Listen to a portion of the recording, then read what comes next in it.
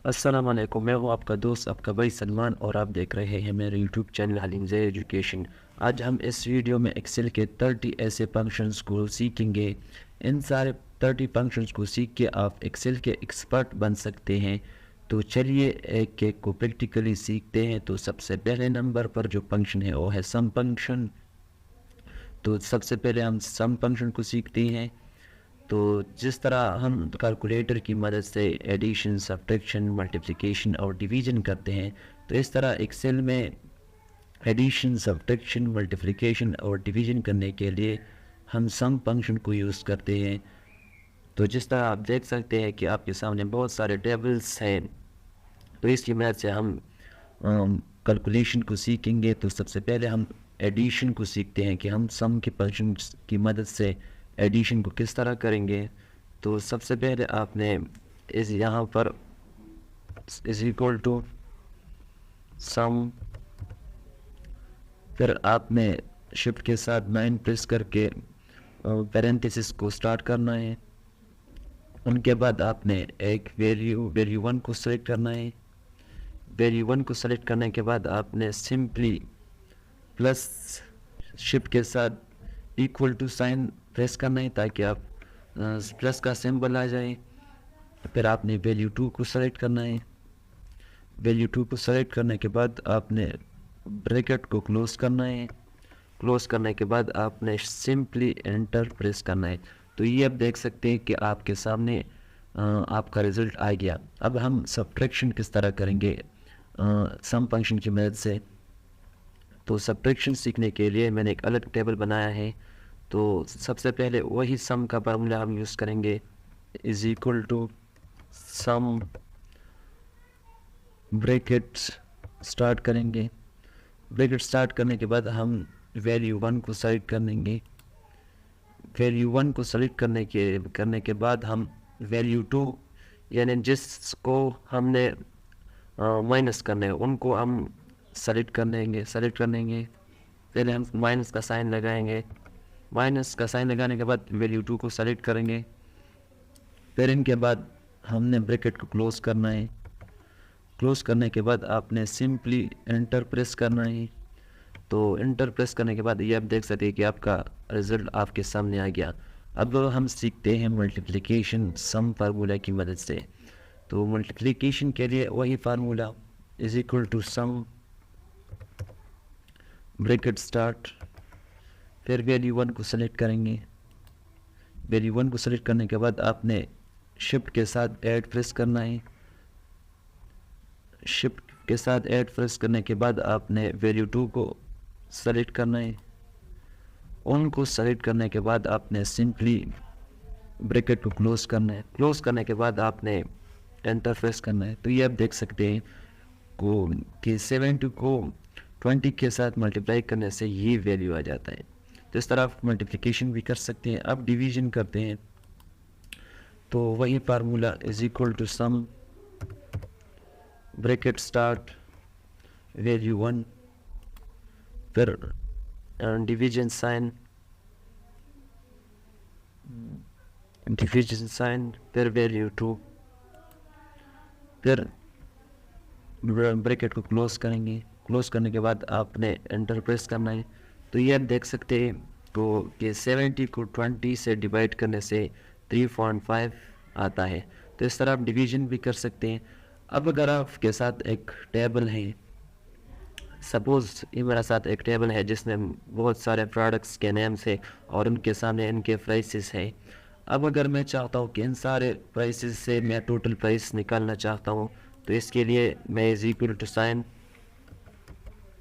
Is equal to sum, bracket start. अब इन सारे प्राइसेस को सेलेक्ट करके फिर ब्रैकेट क्लोज करके एंटर प्रेस करूँगा। तो ये हम देख सकते हैं कि इन सारे प्राइसेस को ऐड करके 150 आता है। तो इस तरह बहुत सारे प्राइसेस, बहुत सारे डिजिट को आप ऐड कर सकते हैं, उनका एडिशन आप निकाल सकते हैं सम फार्मूला की मदद से। तो सेकंड नंबर पर हम सम एप फंक्शन को प्रैक्टिकली सीखेंगे। तो सम एप फंक्शन एक्चुअली हम उस तरह के टेबल में यूज़ करते हैं जिसमें एक नाम बार बार रिपीट हो रहा हो। तो जैसा कि आप देख सकते हैं मैंने एक टेबल बनाया है जिसमें प्रोडक्ट्स है और उनके सामने उनका क्वांटिटी है। अगर आप देख ले तो इस टेबल में एक एक प्रोडक्ट बार बार रिपीट हो रहा है। तो इस तरह के टेबल से किसी खास प्रोडक्ट का टोटल सम निकालने के लिए हम सम इफ फंक्शन को यूज़ करेंगे। तो सबसे पहले हम सम इफ का फार्मूला लिखेंगे, is equal to sum if bracket, फिर उस रेंज को सेलेक्ट करेंगे जिस रेंज से हमने किसी खास प्रोडक्ट को सेलेक्ट करना होगा। सेलेक्ट करने के बाद हमने कामा प्रेस करना है। कामा प्रेस करने के बाद हमने क्राइटेरिया सेलेक्ट करना है। मिसाल के तौर पर वो प्रोडक्ट जिसका हमने सम निकालना है, टोटल सम निकालना है किसी खास प्रोडक्ट, उस प्रोडक्ट को सेलेक्ट करेंगे। मैं इस सेल को सेलेक्ट करता हूँ। क्यों इस सेल को मैं इसलिए सेलेक्ट करता हूँ, यानी इस सेल में जो भी प्रोडक्ट हो उसका टोटल सम मुझे निकालना होगा। इस सेल को सेलेक्ट करता हूँ। सेल को सेलेक्ट करने के बाद कामा प्रेस करता हूँ। अब उस रेंज को जिस रेंज से हमने उसका टोटल सम निकालना है, इस रेंज को सेलेक्ट करता हूँ। फिर मैं ब्रैकेट क्लोज करता हूँ। ब्रैकेट क्लोज करने के बाद मैं सिंपली एंटर प्रेस करूँगा। तो ये आप देख सकते हैं कि बिस्किट्स का टोटल सम आ गया। यानी अब अगर इस सेल में जो भी प्रोडक्ट होगा उसका आप टोटल सम निकाल सकते हैं। मिसाल के तौर पर मैं एक का निकालना चाहता हूँ,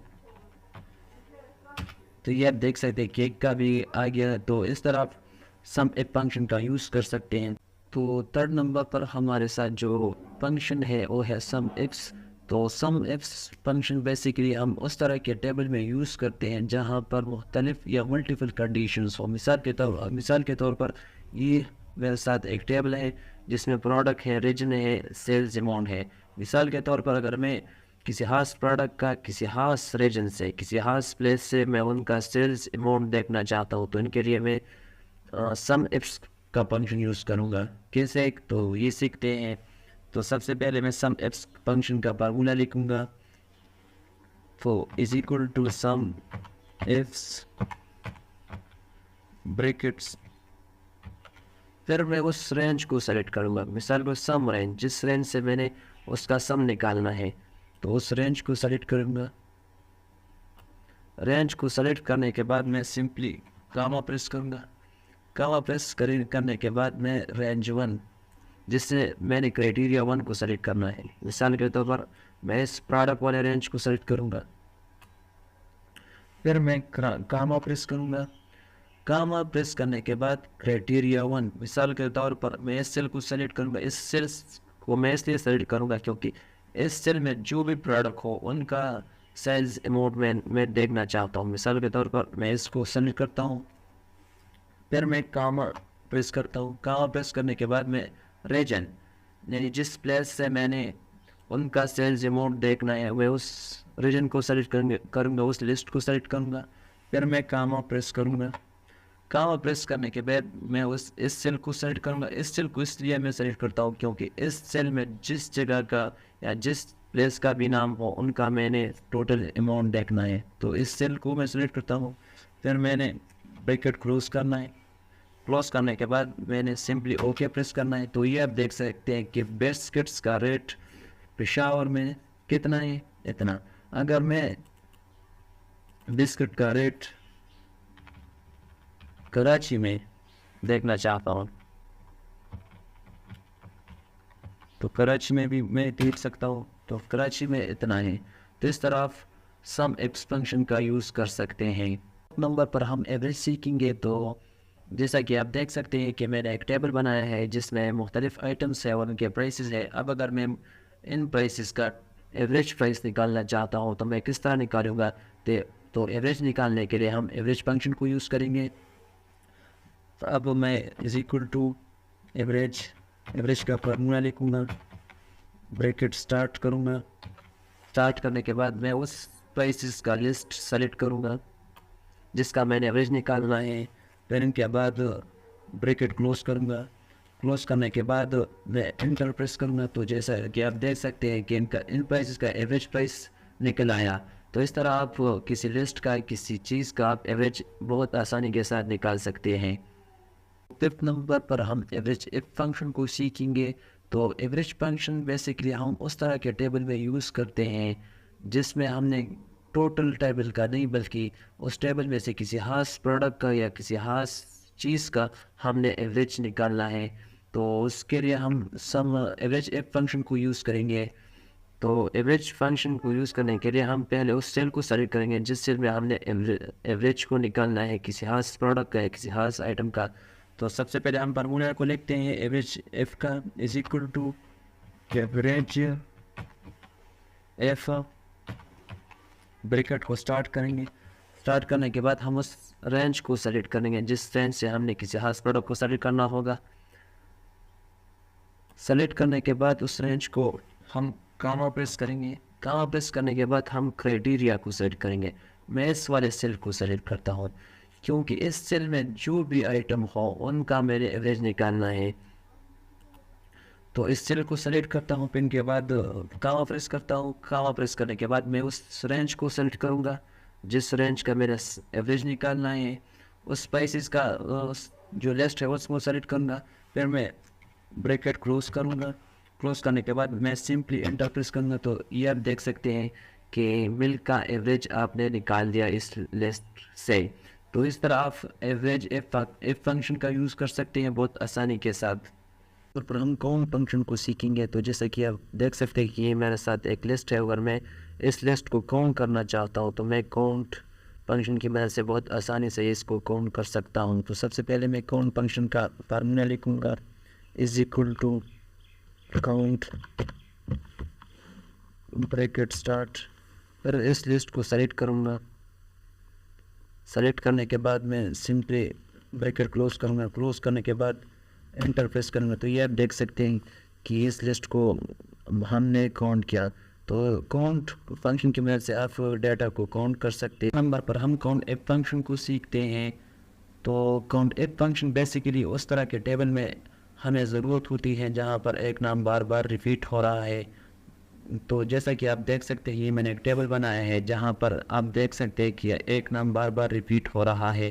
प्रोडक्ट ए यहाँ पर भी है, यहाँ पर भी है और यहाँ पर भी है। जिस तरह प्रोडक्ट ए यहाँ पर भी है, प्रोडक्ट बी यहाँ पर भी है और यहाँ पर भी है। अगर इसी तरह टेबल से आपने किसी खास प्रोडक्ट का काउंटिंग करना चाहते हो तो आप किस तरह करोगे? तो आप उसको काउंट एफ फंक्शन की मदद से आप कर सकते हो।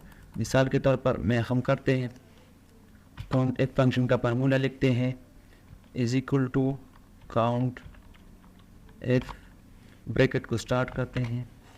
अब इस रेंज को सेलेक्ट करते हैं जिस रेंज से हमें किसी खास प्रोडक्ट को सेलेक्ट करना है। फिर कामा प्रेस करते हैं। कामा के बाद किसी क्राइटेरिया को सेलेक्ट करेंगे। जहाँ मैं इस सेल को इसलिए सेलेक्ट करता हूँ, अब किसी खास प्रोडक्ट का नाम भी मैं यहाँ दे सकता हूँ या सेल का एड्रेस भी मैं यहाँ पर दे सकता हूँ। मैं इस सेल को इसलिए सेलेक्ट करता हूँ क्योंकि अब इस सेल में जो भी प्रोडक्ट या जिस प्रोडक्ट का भी नाम होगा उस प्रोडक्ट का मैंने काउंट करना है। तो इस सेल को सेलेक्ट करता हूँ। सेल को सेलेक्ट करने के बाद ब्रैकेट क्लोज करता हूँ। क्लोज करने के बाद मैं एंटर प्रेस करता हूँ। एंटर प्रेस करने के बाद आप देख सकते हैं कि ज़ीरो यहाँ पर है। अब ज़ीरो इसलिए है क्योंकि हमने यहाँ पर कुछ दिया ही नहीं है। अब वो देते हैं, मिसाल के तौर पर हमें प्रोडक्ट ए का रिजल्ट चाहिए।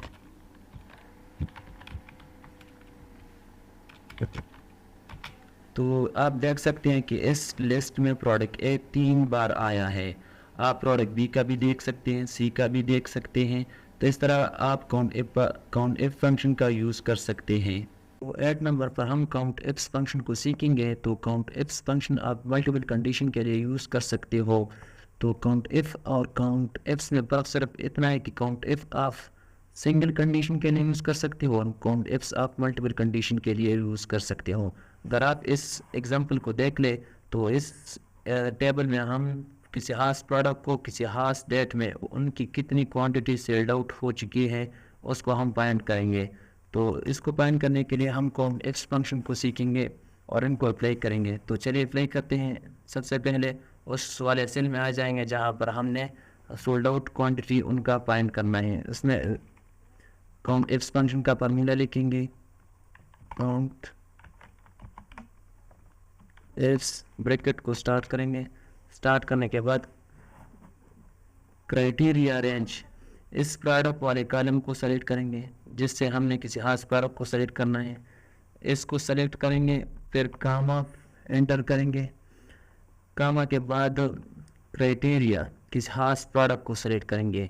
मतलब मैं इस सेल को सेलेक्ट करता हूँ, इस सेल में जिस भी प्रोडक्ट का नाम होगा इसकी सोल्ड आउट क्वांटिटी आपके सामने आ जाएगी।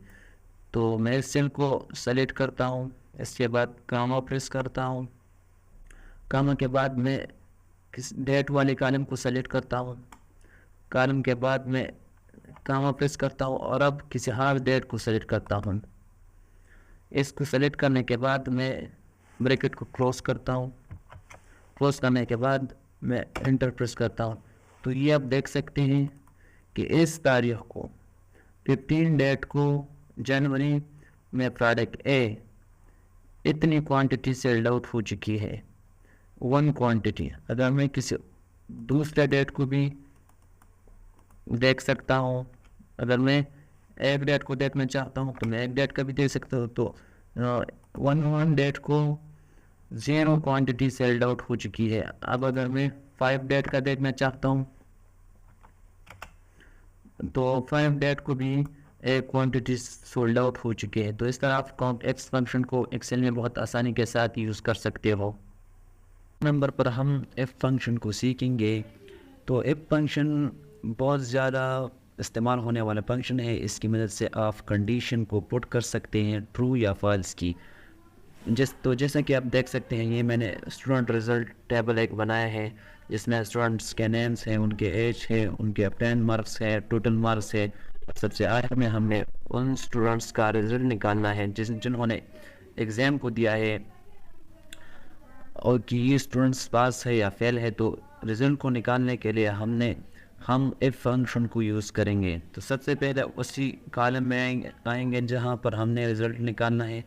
यहाँ पर फार्मूला लिखेंगे इफ़ का is equal to if, bracket को स्टार्ट करेंगे। स्टार्ट करने के बाद अब ये माना है कि लॉजिकल टेस्ट। अब लॉजिकल टेस्ट हमने ये देना है कि स्टूडेंट के अपटेन मार्क्स जो है वो ग्रेटर देन हो। हम कंडीशन पुट करते हैं, sorry obtain marks, obtain marks हम सेलेक्ट करेंगे। सेलेक्ट करने के बाद हम वो कंडीशन को पुट करेंगे कि अपटेन मार्क्स ग्रेटर हो या इक्वल हो 200 के। फिर कामा। अब जिस स्टूडेंट्स के 200 से ज़्यादा मार्क्स हो उनको पास होना चाहिए। तो उनके लिए हमें कंडीशन में रखते हैं पास, सॉरी यहाँ पर लिखते हैं पास। और जो स्टूडेंट्स के मार्क्स 200 से कम है उनको हमने फेल लिखना है, अदरवाइज वो फेल हो।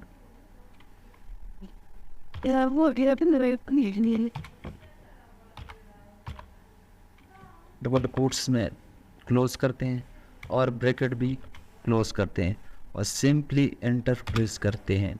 तो आप देख सकते हैं कि ये जॉन नाम का जो स्टूडेंट है वो पास है। अब अगर ये रिज़ल्ट कार्ड आप सारे स्टूडेंट्स पर अप्लाई करना चाहते हो तो आप यहाँ से सिंपली ड्रैग कर सकते हो।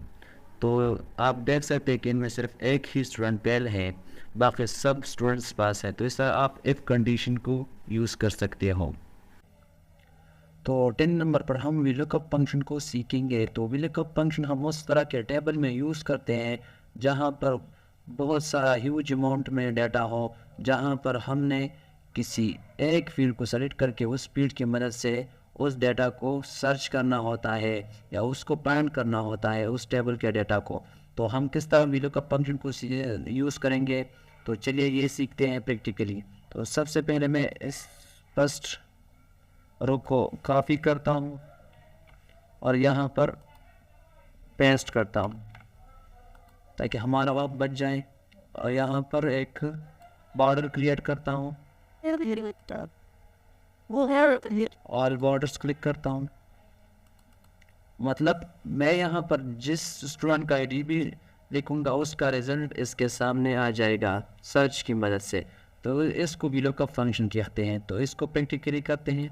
तो यहाँ पर आकर नेम वाले सेक्शन में मैं भी लुकअप फार्मूला लिखूँगा, is equal to V lookup, bracket को स्टार्ट करूँगा।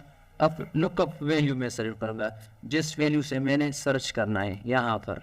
इसके बाद मैंने कामा प्रेस करना है। कामा प्रेस करने के बाद मैंने जिस टेबल को सेलेक्ट करना है, जिस टेबल से मैंने उस डेटा को सेलेक्ट करना है, उस सारे टेबल को मैं सेलेक्ट करूँगा।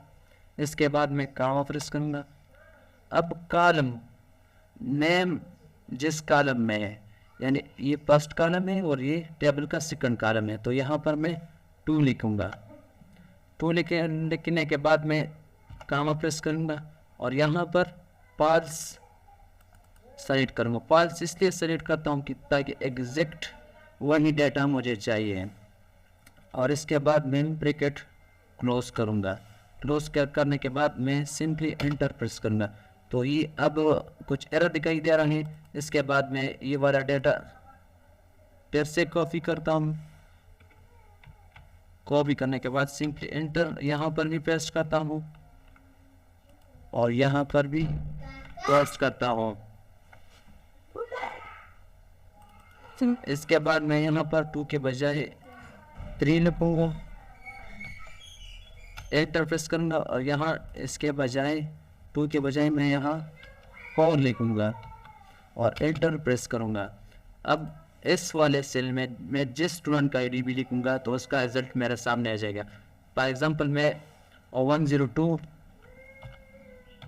एक स्टूडेंट का आईडी मैं उसको चेक करना चाहता हूँ। तो ये आप देख सकते हैं कि इनका रिजल्ट आपके सामने आ गया। इसका नेम एमिली है, एज 14 है और जेंडर फीमेल है।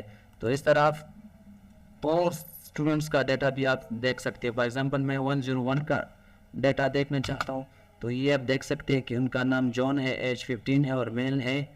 तो इस तरह आप लुकअप फंक्शन बहुत से टेबल में आसानी के साथ यूज़ कर सकते हैं। 1 नंबर पर हम इस लुकअप फंक्शन को सीखेंगे। तो इस लुकअप और वी लुकअप में सिर्फ फ़र्क इतना है कि वी लुकअप में हम वर्टिकली रिजल्ट को फाइंड करते थे और इस लुकअप में हम हॉरिजॉन्टली वैल्यूज़ को रिजल्ट को फाइंड करेंगे। तो चलिए वी लुकअप को इस लुकअप को प्रैक्टिकली सीखते हैं। तो सबसे पहले हम उस सेल में आ जाएंगे जहाँ पर हम हॉरिजॉन्टली लुकअप करना चाहते हैं, यानी इस लुकअप यूज़ करेंगे। इस लुकअप का फार्मूला लिखते हैं पहले, is equal to H lookup,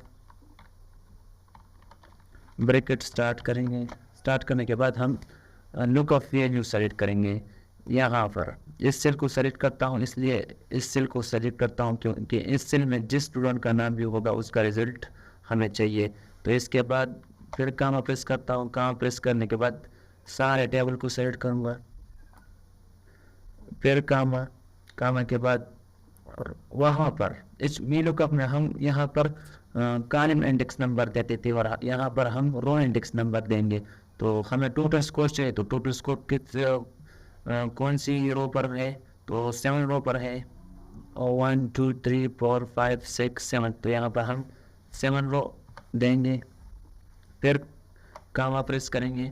यहाँ 0 भी दे सकते हैं और यहाँ जो लास्ट वाला फाल्स है उसको भी सेलेक्ट कर सकते हैं। मैं 0 देता हूँ और आखिर में ब्रैकेट को क्लोज करता हूँ और एंटर प्रेस करता हूँ। अब यहाँ पर मैं जिस स्टूडेंट का भी नाम लिखूँगा उसका टोटल स्कोर मेरे सामने आ जाएगा। मिसाल के तौर पर मैं यहाँ पर जॉन लिखता हूँ। तो ये आप देख सकते हैं कि जॉन का टोटल स्कोर 4.2 है। मैं यहाँ पर किसी और स्टूडेंट का भी दे सकता हूँ। फॉर एग्जांपल मैं सारा का देखना चाहता हूँ, तो ये आप देख सकते हैं इनका टोटल स्कोर 446 है। तो इस तरह आप किसी भी स्टूडेंट का रिजल्ट इस लुकअप फंक्शन की मदद से देख सकते हैं और इनका बहुत खूबसूरती के साथ इस्तेमाल कर सकते हैं। तो इसके बाद 12 नंबर पर हम इंडेक्स फंक्शन को सीखेंगे। तो इंडेक्स फंक्शन के ज़रिए आप किसी वैल्यू की पोजीशन आप देख सकते हैं। मिसाल के तौर पर अगर हम इस टेबल में किसी सब्जेक्ट की नंबर या पोजीशन देखना चाहते हैं तो किस तरह आप देख सकते हैं कि कौन सी सब्जेक्ट कौन सी पोजीशन पर है। तो सबसे पहले आपने यहाँ आना है यहाँ पर पोजीशन इंडेक्स इसका फार्मूला लिखना है is equal to index bracket start. इसके बाद आपने उस कॉलम को सेलेक्ट करना है जिसमें आपने फाइंड करना है। उसको सेलेक्ट करने के बाद आपने कामा प्रेस करना है। कामा के बाद आपने उसी सेल को सेलेक्ट करना है। मिसाल के तौर पर मैं इस सेल को सेलेक्ट करता हूँ, इस वाले सेल को, रो नंबर सेल को। फिर इसके बाद ब्रैकेट क्लोज करता हूँ। क्लोज करने के बाद सिंपल एंटर प्रेस करता हूँ। तो ये आप देख सकते दो नंबर पर कौन सी सब्जेक्ट है, साइंस।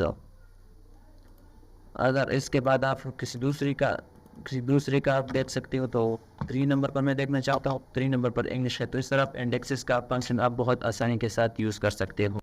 तो 13 नंबर पर हम मैच फंक्शन को सीखेंगे। तो मैच फंक्शन की मदद से हम किसी खास डेटा को तलाश कर सकते हैं। यानी आप अगर इस मिसाल को देख लेते हैं, इस मिसाल में मैंने किसी खास नाम को तलाश करना है कि वो किस रो में है, उसका डिटेल, उसका रिज़ल्ट किस रो में है। तो मैं उनका रिज़ल्ट में मैच फंक्शन की वजह से ढूंढ सकता हूँ।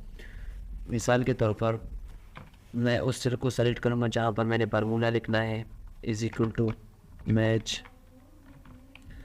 ब्रैकेट स्टार्ट करूँगा। अब लुक ऑफ वैल्यू मैंने क्या सर्च करना है, उसको सेलेक्ट करूँगा, वो लिखूँगा डबल कोट्स में। फॉर एग्जांपल मुझे इस लिस्ट में सारा का रिजल्ट चाहिए कि वो कौन सी रो में है। तो मैं सारा लिखता हूँ, सारा डबल कोट्स में क्लोज करता हूँ। फिर कामा लिखता हूँ। कामा लिखने के बाद लुक ऑफ रेंज, किस रेंज में आपने सर्च करना है उसको सेलेक्ट करता हूँ। फिर कामा प्रेस करता हूँ और ज़ीरो या यहाँ एग्जैक्ट मैच पर क्लिक करूँगा और ब्रैकेट क्लोज करूँगा और एंटर प्रेस करूँगा। तो ये मुझे बता रहा है कि इस टेबल के 4 नंबर रो पर सारा नाम का रिजल्ट है। तो 1 2 3 4, तो बिल्कुल 4 नंबर पर सारा नाम का रिज़ल्ट यहाँ पर है। तो मैं इस तरह उनका रिज़ल्ट यहाँ से देख सकता हूँ। मिसाल के तौर पर अगर मैं किसी और नाम का देखना चाहता हूँ तो मैं यहाँ पर नेम चेंज करूँ। मिसाल के तौर पर मैं यहाँ पर डेविड का देखना चाहता हूँ, तो मैं यहाँ पर डेविड लिखूँगा और एंटर प्रेस करूँगा। तो ये अब बता रहा है कि 5 नंबर रो में इसका रिज़ल्ट है 1 2 3 4 5। तो इस तरह आप मैच फंक्शन का यूज़ कर सकते हैं। नंबर पर हम प्रैक्टिकली कंकैटिनेशन को सीखेंगे। तो कंकैटिनेशन बेसिकली हम उस तरह के टेबल या उस तरह के डाटा पर इम्प्लीमेंट करते हैं जहां पर आप मल्टीपल कॉलम्स का डाटा एक कॉलम्स में ऐड करना चाहते हो। जैसे कि आप देख सकते हैं, ये मेरे साथ एक टेबल है जिसमें फर्स्ट नेम है, लास्ट नेम है सेकंड कॉलम पर, और मैं ये फर्स्ट नेम और लास्ट नेम इस वाले कॉलम पर फुल नेम में ऐड करना चाहता हूँ। तो किस तरह करूँगा, तो सबसे पहले मैं कंकैटिनेशन का फार्मूला लिखूँगा इज इक्वल टू कंकैटिनेट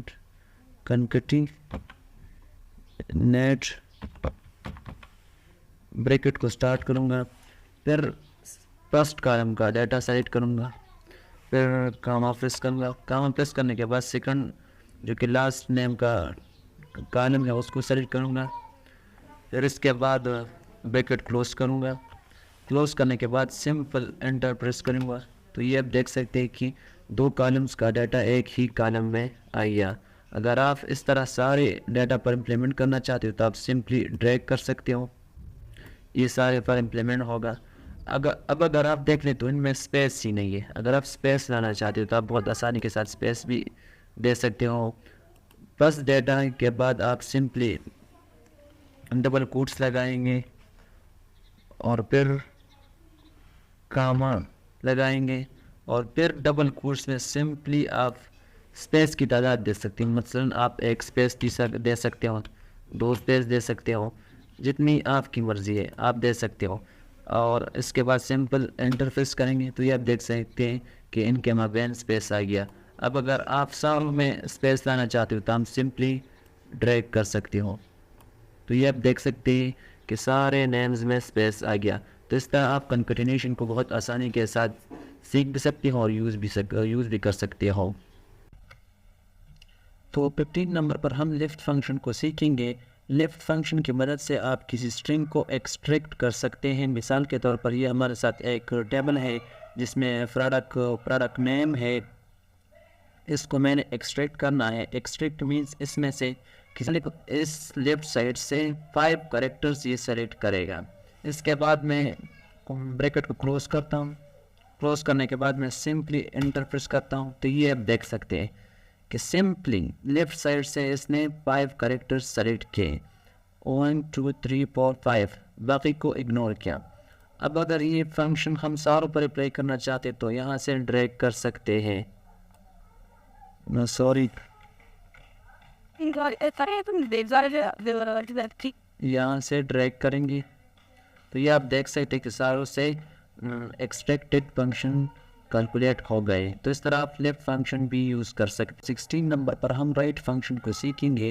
तो राइट फंक्शन और लेफ्ट फंक्शन में सिर्फ फ़र्क इतना है कि लेफ्ट फंक्शन लेफ्ट साइड से कैरेक्टर को सेलेक्ट करता है और राइट फंक्शन राइट साइड से सेलेक्ट करता है। तो चलिए प्रैक्टिकली अप्लाई करते हैं।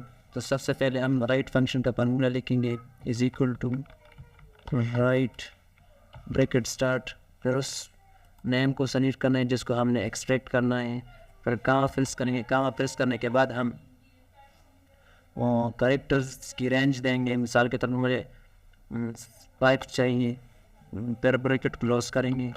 क्लोज करने के बाद सिंपली एंटर प्रेस करेंगे तो ये आप देख सकते हैं कि राइट साइड से सेलेक्ट करता है 13 NONEN, तो इस तरह ये सेलेक्ट करता है। अब अगर ये हम सारों पर अप्लाई करना चाहते तो यहाँ से ड्रैग कर सकते हैं।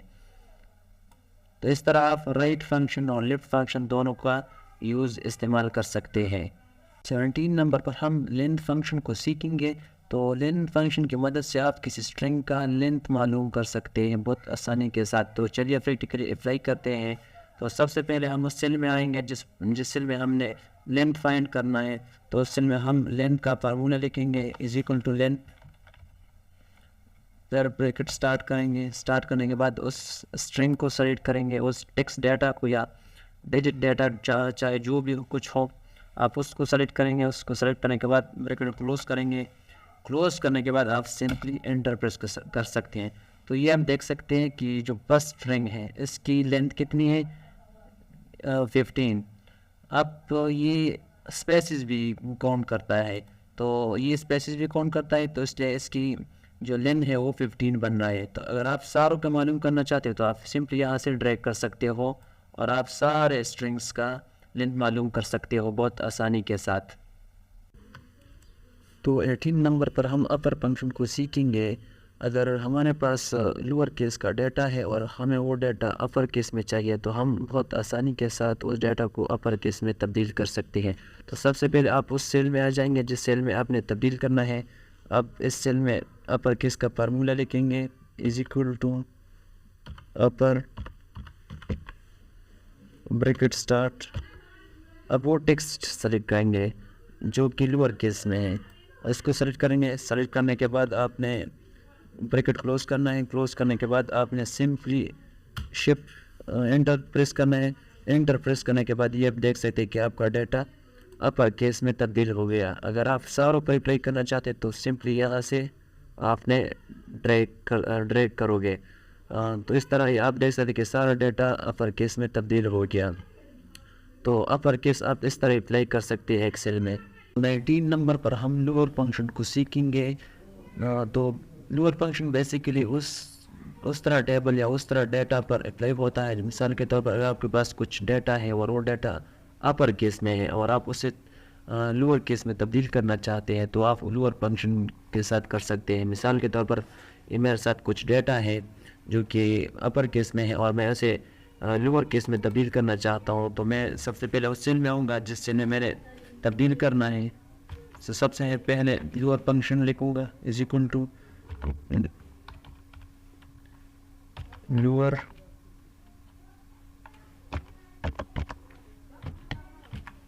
ब्रैकेट स्टार्ट, फिर उस सेल को सेलेक्ट करूँगा। सेलेक्ट करने के बाद सिंपल ब्रैकेट क्लोज करूँगा। क्लोज करने के बाद सिंपल एंटर प्रेस करूँगा। तो ये आप देख सकते हैं कि एक डाटा लोअर केस में तब्दील हो गया। अगर आप सारा डाटा लोअर केस में तब्दील करना चाहते हो तो सिंपली ड्रैग करो तो ये हम देख सकते हैं कि सारा डाटा लोअर केस में तब्दील हो गया। तो बहुत आसानी के साथ आप अपर डाटा को लोअर में तब्दील कर सकते हो। तो 20 नंबर पर हम ट्रिम फंक्शन को सीखेंगे। तो ट्रिम फंक्शन बेसिकली हम उस तरह के डाटा पर अप्लाई करते हैं जो डाटा हम मुख्तलिफ रिसोर्सेज से एक्सेल में लाते हैं, जिसमें एक्स्ट्रा स्पेसिस हो और जिसका शेप बिल्कुल बुरी तरह से हो, तो उसको हम प्रोसेस करने के लिए ट्रिम फंक्शन का यूज़ करते हैं। तो जहाँ पर हमने प्रोसेस करना है, सबसे पहले उस सेल में जाएंगे जहाँ पर हम एक्सेल ट्रिम फंक्शन को लिखेंगे इज इक्वल टू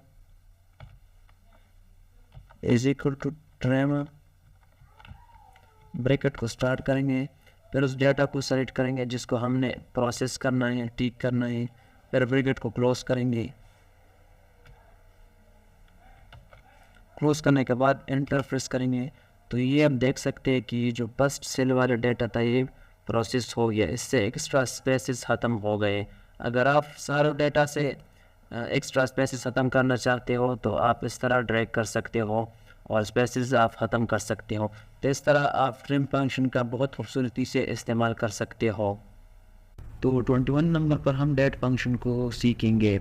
तो जैसा कि आप देख सकते हैं ये मेरे साथ एक टेबल है जिसमें बहुत सारे कॉलम्स है और सबसे आखिर में जो कॉलम है ये वाला डेट फंक्शन का डेट का। तो जैसा कि आप देख सकते हैं कि हर एंट्री के सामने अपना अपना डेट है और जो आखिर में एंट्री हुई है इनके सामने कोई डेट नहीं है। अगर हम इनके सामने डेट लाना चाहते हैं तो हम इज इक्वल टू डेट या मैनुअली भी टाइप कर सकते हैं और डेट फार्मूले की मदद से भी डेट ला सकते हैं यहाँ पर। तो चलिए फार्मूले की मदद से सीखते हैं। Is equal to date bracket start, यहाँ पर ईयर मांग रहा है कि कौन सी ईयर का, तो हम 2024 लिखते हैं, 2024 का। अब मंथ मांग रहा है तो मंथ में हम फर्स्ट जनवरी लिखते हैं, जनवरी के बाद हम फिर कामा लिखते हैं। अब डे मान रहा है, परस करें आज 28 डेट है, फिर ब्रैकेट क्लोज करेंगे। क्लोज करने के बाद अब सिंपली एंटर प्रेस करेंगे। तो ये आप देख सकते हैं कि आज एंट्री के सामने भी डेट आ गया। तो इस तरह आप डेट फंक्शन को भी टेबल में कहाँ पर भी यूज़ कर सकते हैं। तो 22 नंबर पर हम नाउ फंक्शन को सीखेंगे। तो नाउ फंक्शन और डेट फंक्शन तकरीबन सेम है। तकरीबन फ़र्क ये है कि नाउ फंक्शन ऑटोमेटिकली डेट को लिखता है और डेट फंक्शन में हम मैनुअली ईयर, डेट और मंथ लिखते थे। तो चलिए अप्लाई करते हैं। ये डेट वाले कॉलम में मुझे आज का डेट लिखना है नाउ फंक्शन की मदद से। तो सबसे पहले मैं नाउ फंक्शन की फार्मूला लिखूँगा, is equal to now bracket start and close और सिंपली एंटर प्रेस करना। तो ये आप देख सकते हैं कि ऑटोमेटिकली डेट आ गया। अगर मैं इन सारों के सामने डेट लाना चाहता हूँ तो मैं सिंपली इसको ड्रैग करूँगा। तो ये आप देख सकते हैं कि ऑटोमेटिकली सारों के सामने अपना डेट आ गया। तो इस तरह आप नाउ फंक्शन को भी यूज़ कर सकते हैं। तो 23 नंबर पर हम रैंड फंक्शन को सीखेंगे। तो रैंड फंक्शन बेसिकली उस तरह के टेबल में यूज़ होता है जहां पर आप ऑटोमेटिकली या किसी खास दो नंबर्स के दरमियान डाटा एंट्री करना चाहते हो। मिसाल के तौर पर अगर मैं आपको इस टेबल का मिसाल दूँ, इस टेबल में स्टूडेंट्स नेम है, मैथ स्कोर है उनका, साइंस स्कोर है, इंग्लिश स्कोर है, उर्दू स्कोर है, जिसमें कोई स्कोर मैंने नहीं लिखा, लेकिन मैं रैंडमली इनका स्कोर लिखना चाहता हूँ किसी खास वैल्यूज़ के दरमियान। मिसाल के तौर पर मैं सबसे पहले इन सारे डेटा को सेलेक्ट करता हूँ और मैं इन सारे स्टूडेंट्स को 100 और 1 के दरमियान स्कोर देना चाहता हूँ ऑटोमेटिकली एक ही क्लिक पर। तो मैं दे सकता हूँ रैंड फंक्शन की मदद से। तो सबसे पहले मैं उन एरिया को सेलेक्ट करूँगा जहाँ पर मैंने मार्क्स देना है।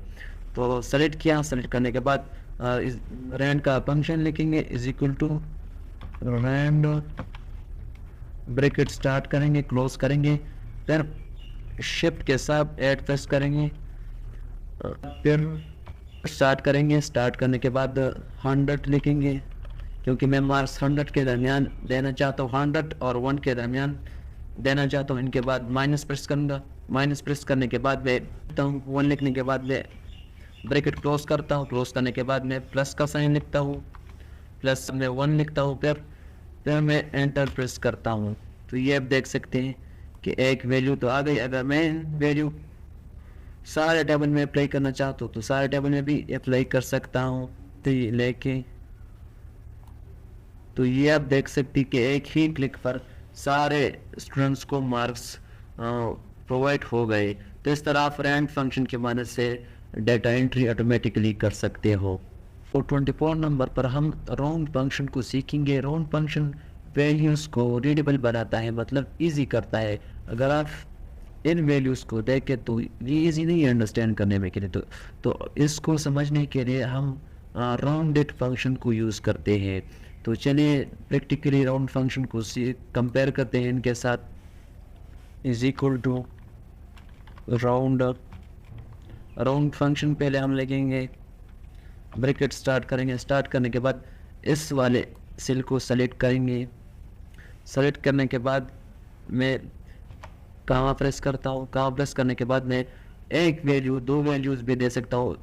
1 और 2 इसलिए मैं देता हूँ क्योंकि 1 2 से मुराद ये है कि डेसिमल पॉइंट्स के बाद जितने वैल्यूज़ आप लाना चाहते हो आप ला सकते हो। मैं 1 लाना चाहता हूँ तो मैं 1 लिखता हूँ, फिर मैं ब्रैकेट क्लोज करता हूँ। क्लोज करने के बाद सिंपल एंटर प्रेस करता हूँ। तो ये आप देख सकते हैं अगर आप इन 12.3456 को कंपेयर कर दें इनके साथ तो ये बहुत ईजी है, रीडेबल है, आसान है समझने में।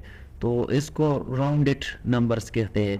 अगर मैं इन सारों पर अप्लाई करना चाहता हूँ तो सिंपली ड्रैग करके मैं इन सारे नंबर्स पर अप्लाई कर सकता हूँ। अगर आप इन सारों को कंपेयर कर दें इन राउंडेड नंबर के साथ तो ये मोर रीडेबल है, आसान है समझने के लिए। तो इस तरह आप राउंड फंक्शन को बहुत आसानी के साथ यूज़ कर सकते हो। 25 नंबर पर हम इफ़ एरर फंक्शन को सीखेंगे। इफ़ एरर फंक्शन हम उस तरह के डेटा में यूज़ करते हैं जहाँ पर हमारे साथ कुछ डेटा मिसिंग हो और हमें पता नहीं होता कि वो एरर कहाँ पर है, कहाँ पर वैल्यूज़ मिसिंग है। तो उसको फाइंड करने के लिए हम सिंपली प्रॉफिट वाले कॉलम में हम इस टेबल का प्रॉफिट भी निकालेंगे और जहाँ पर एरर होगा वहाँ पर हम मैसेज भी डिस्प्ले करेंगे। तो सबसे पहले उस सेल में आएंगे जहाँ पर हम एरर फंक्शन का फार्मूला लिखेंगे। Is equal to if error, bracket को स्टार्ट करेंगे। स्टार्ट करने के बाद हम पहले वाले सेल को सेलेक्ट करेंगे, रेवेन्यू को, इनको माइनस करेंगे, इनसे माइनस करेंगे एक्सपेंसेस को। फिर हम कामा प्रेस करेंगे। कामा प्रेस करने के बाद हम सिंपली मैसेज डिस्प्ले करेंगे। डबल कोट्स में हम लिखेंगे एरर, फिर सिंपली ब्रैकेट को क्लोज करेंगे। क्लोज करने के बाद आप एंटर प्रेस करेंगे। तो ये आप देख सकते हैं कि आपका प्रॉफिट भी आ गया और इस तरह आप एरर भी फाइंड कर सकते हो। तो ये आप देख सकते हैं कि ये आपको दिखा रहे हैं कि आप किस किस रो में एरर है। तो इस तरह आप एरर भी आसानी से ढूंढ सकते हो और प्रॉफिट भी निकाल सकते हो। तो 26 नंबर पर हम इफना फंक्शन को सीखेंगे प्रैक्टिकली। तो इफना फंक्शन बेसिकली हम उस तरह के टेबल में या उस तरह के डेटा पर अप्लाई करते हैं जहां पर इन या इस तरह का एरर आ रहा हो। तो इस तरह का एरर हैंडल करने के लिए हम इफना फंक्शन को यूज़ करते हैं। जिस तरह आप देख सकते हैं ये मेरे साथ एक टेबल है जिसमें एम्प्लॉई आईडी है और उसका डिपार्टमेंट है, और इस टेबल का हमने एक VLOOKUP टेबल भी यहाँ पर बनाया है जहाँ पर हम आईडी से हम उसका डिपार्टमेंट सर्च करेंगे। तो जहाँ पर आप देख लेते अगर कोई आईडी इस टेबल में नहीं है तो अगर आप उसको सर्च कर ले तो यहाँ पर कुछ इस तरह का एरर आ रहा है। तो इस तरह का एरर VLOOKUP टेबल से निकालने के लिए हम इफना फंक्शन को यूज़ करेंगे। तो चलिए प्रैक्टिकली सीखते हैं। तो सबसे पहले हम VLOOKUP फंक्शन को हटाते हैं यहाँ से और इसके बजाय हम इफना फंक्शन को यूज़ करेंगे। तो सबसे पहले इफना फंक्शन का फार्मूला लिखेंगे। Is equal to IFNA bracket start, फिर VLOOKUP को भी स्टार्ट करेंगे। अब लुकअप वैल्यू जिसको हमने सर्च करना है एम्प्लॉई आईडी, इसको सेलेक्ट करेंगे। सेलेक्ट करने के बाद कामा प्रेस करेंगे। अब हम टेबल जिस टेबल से हमने सर्च करना है उसको सेलेक्ट करेंगे। सेलेक्ट करने के बाद कामा प्रेस करेंगे। अब कॉलम जिस चीज़ को हमने सर्च करना है। मिसाल के तौर पर हमने डिपार्टमेंट को सर्च करना है, तो डिपार्टमेंट कॉलम 2 पर है इस टेबल का, तो यहाँ पर हम 2 लिखेंगे, फिर कामा लिखेंगे। अब एग्जैक्ट मैच यानी पाल्स सेलेक्ट करेंगे, फिर हम ब्रैकेट को क्लोज करेंगे। क्लोज करने के बाद फिर कामा देंगे।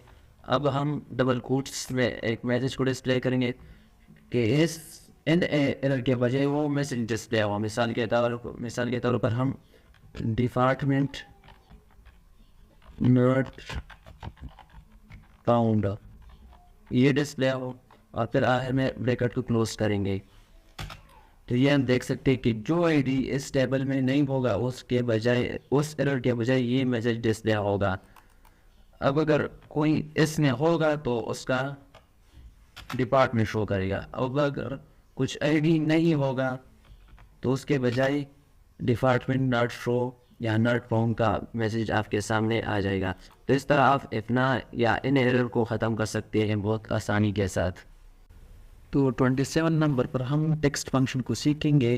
तो टेक्स्ट फंक्शन की मदद से हम किसी न्यूमेरिक डाटा को टेक्स्ट फॉर्मेट में या किसी भी फॉर्मेट में तब्दील कर सकते हैं। जैसे कि आप देख सकते हैं, ये मैंने एक मिसाल लिखा है, यहाँ पर मैंने डेट लिखा है, लेकिन इस डेट से मुझे नहीं पता कि इसमें कौन सी डेट है और कौन सी मंथ है। अगर इसी डेट को मैंने स्टैंडर्ड डेट फॉर्मेट में तब्दील करना है तो मैं टेक्स्ट फंक्शन की मदद से कर सकता हूँ इसको।